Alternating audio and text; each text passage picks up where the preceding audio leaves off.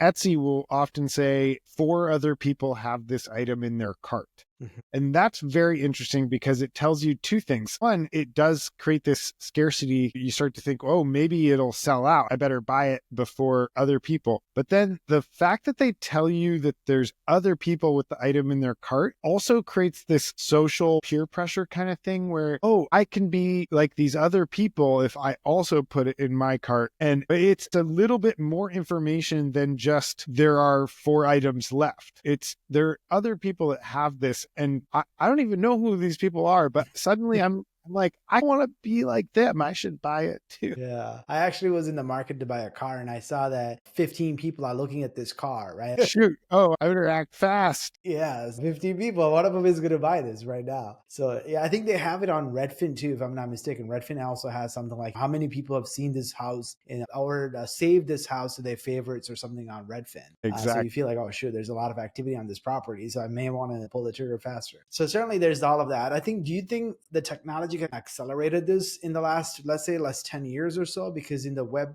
1.0, there wasn't all this two-way communication and the user-generated content, and some of these things was not even possible. I think it seems like this is more becoming more prevalent. And if you're not using this sort of things in your e-commerce or your product or even on anything else that you might be building, you're missing out or leaving opportunities on the table to increase engagement, improve conversions, or any of those things. Absolutely. Because so much of motivation in life is social. Because we are social beings. And Web 1.0 was we have information, we deliver it to you. And then with the rise of social networks and everything like that, everything online has become a lot more social. So that's become normalized. Also, server infrastructure and whatnot has been able to handle much more real-time communication and constant activity and updates. But even more importantly, I think it's the rise of people using the internet in a purely social way and products having social embedded in them. So social e-commerce and other social like features,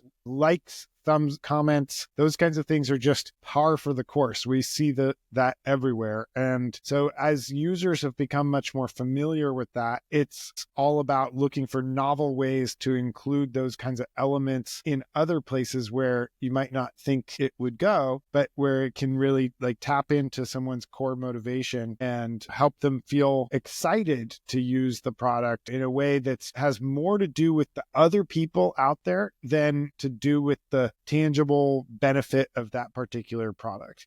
People respond much more to emotions than to numbers. That's really what it comes down to. Yeah. You just made me realize, I don't know if you can see this on the screen. You got This is your actually achievements.